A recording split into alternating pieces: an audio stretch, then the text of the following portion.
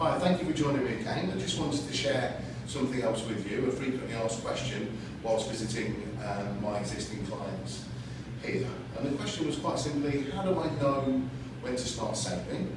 Yeah, is there a certain time, is there a certain structure, that I should follow? And the answer was, and I'll share the best of my experiences here, is that there's a structure which works very, very well.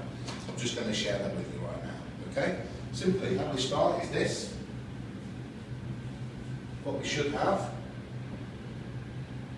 is account number 1, where your money comes in and the money comes out, excuse me, and that's for rent, and that's for the brunches, and that's for the bills, and that type of thing, okay?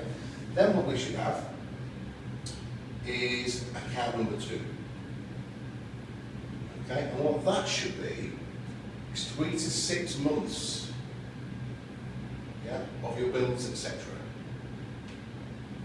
Okay, so what this account allows you to do is have that peace of mind. It might be the washing machine, it might be the car, it might be a holiday, it might be something which might be a member of the family who needs some help. It might be something which comes along where you just have that safety net. Okay, then what we look to do is this. We have this line across here, and we call this the inflation line.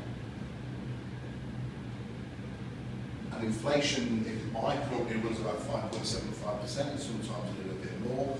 Globally, we like to say inflation is between 2.5% and 4%. So we average inflation out globally at 3%. So we have inflation at 3%. And the reason this is important is this. Because everything below this line, account number 1 and account number 2, is in a bank account, earning very little interest, if any at all, probably 0.25%. So all the money we have in account number 1 and all the money we have in account number 2, being in a bank, not earning enough interest to counter the rate of inflation, means that the money you have in these 2 accounts next year, for example, will buy you a lot less, and your spending powers, and therefore the value of your money is decreasing. So once you have account number 1 set up, once you have account number 2 with that peace of mind, what we then look to do is to take it above the line. And that's when we then start to look at investing.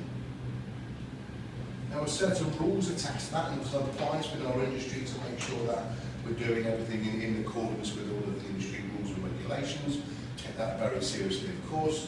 So what we look to do is to move, once we then have our cash in 1 and cash in 2, move as much of our money above the line, yeah, as we're allowed to do, or as we should do, and that's 50% of your surplus. So then, for example, if we have 10,000 dirhams left over a month, we like to keep these accounts topped up, get this to 6 to 12 if we can do, but a certain amount of that surplus we should go above the line, and what we would then look to do is look to be earning returns of 6%,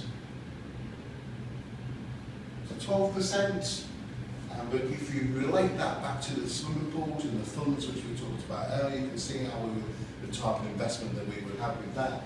So instead of having money in a bank account, losing 3%, you have your money growing above the line at 6 to 12%.